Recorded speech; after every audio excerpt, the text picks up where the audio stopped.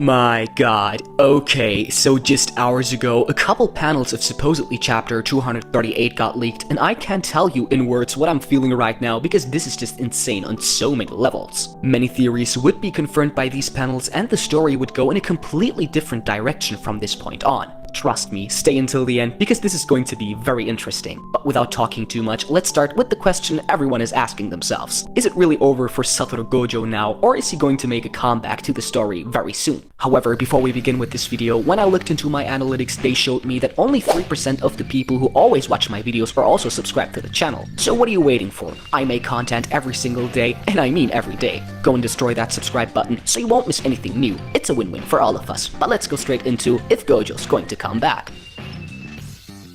First of all, many people on Twitter have noticed something insane which you may have never thought about. Do you remember what Gojo said about Megumi in this kind of limbo state? He said, I asked Shoko to handle that, meaning to let Shoko tell Megumi about his father. But wait, we know that Megumi is completely taken over by Sukuna. This means that if Gojo didn't have 100% confidence that he'll save Megumi, why would he have mentioned the part of telling him about his father, something only possible in the future after Megumi's rescue? This proves that Gojo and the other students had plans to save Megumi's life, unlike what everyone thought. I noticed when I was trying to think of Gojo's comeback that the new original Jujutsukaisen video talking from Gojo's perspective has a very interesting line that was cut out. As I wish to have the same dream again, that wish makes me more awake. In the limbo state, Gojo says he hopes he's not in a dream, then says he hopes he is. This implies he's content being there at first, but soon he won't be. And that's not even all. Gojo also says, I hope that I'm not alone, and the video ends with him saying, I hope tomorrow we can continue to walk the path we've chosen.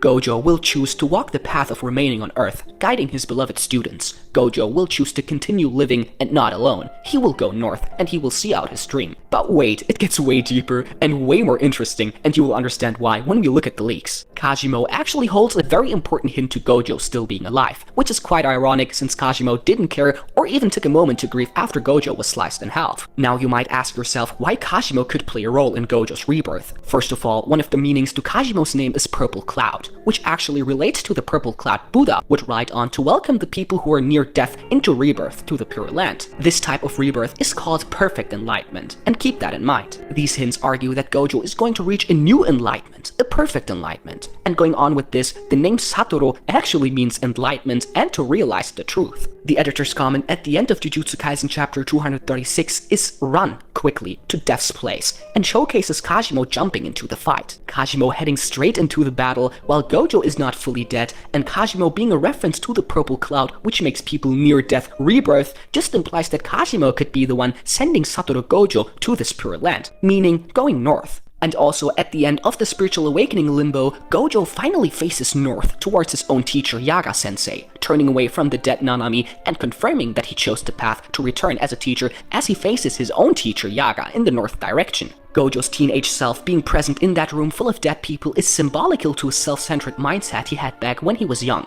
the perverse need to use jujutsu for his satisfaction. That part of him is dead now. The one that will return is Gojo-sensei, who will guide his students. Gojo isn't the same self-centered 16-year-old teenager again with a perverse need to use jujutsu for his own satisfaction, and abandon his students just because he had a good fight and had fun. The one who died was Satoru Gojo, the strongest. The one who will return is Gojo-sensei. None of Satoru Gojo's character goals have been achieved. Most importantly, him wanting to mourn Geto in peace and create a new generation of jujutsu sorcerers on par with him, none of which have been achieved yet. His death was very sudden and also off-screen, which logically isn't the best way to kill one of the most popular characters and the most popular in the series itself. His death genuinely made no sense at all, and at least could have been explained better and had a visual representation of it happening rather than just stating it happened and showing the end. Also, his head wasn't chopped off. This is a point a lot of people have been making and I think should be greatly emphasized. The reason people are saying this is because when Gojo fought Toji back in the Hidden Inventory arc, Toji failed to chop off his head, which resulted in his death later. Because Gojo's head was still attached to his body, he was able to learn reverse curse technique and heal himself. Yes, Gojo is still alive even when split in half. He smirked when Sukuna praised him, and if the theory about him using reverse curse technique is correct, then he's also slowly gaining more life. Once again, his head was not chopped off, and finally Yuki could still use her curse technique even when cut in half. And now, the first leaked panel shows us a big confrontation between Sukuna, Uraume, Kajimo, and Hakari. It seems like their fight is now won, and I can't wait to see Kajimo and Hakari fighting side by side and going all out against the King of Curses and the Frozen Star. And oh my god, the next panel shows us a completely new Gojo. Gojo is standing in the middle of the destroyed city, and you can see that he used reverse curse technique to heal himself and connect his body. Gojo looks completely different, and he seems like to be high again, just like in his first awakening against Toji, when he died and came back again. Talking about Toji, the next leaked panel is a crazy reference to Gojo's and Toji's fight, with Gojo coming back and saying, "Yo, long time no see." Gojo is most likely talking either to Sukuna or Kenjaku. This looks exactly like the one panel when Gojo confronted Toji, and you pretty much know the rest. Just like I mentioned earlier, if Kajimo, the purple cloud of Buddha, is really the one who saves Gojo, this could happen immediately after the fight between the King of Curses and the Thunder God, ending with Kajimo being the reason for Gojo still being alive and coming back. Gojo really looks like a completely new person, and overall Gojo feels like he has ascended onto a completely new level of sorcery and understanding of life. It seems like Satoru Gojo is back in the battle between the strongest. Keep in mind that these panels are everywhere right now, but they're not confirmed yet. We still have to wait for some clarification. But no matter what happens from now on, I just hope that Satoru Gojo comes back to the story very soon, and I'm also very hyped to see Kajimo's fight against the King of all Curses and Uraume's fight against the Gamble King Hakari.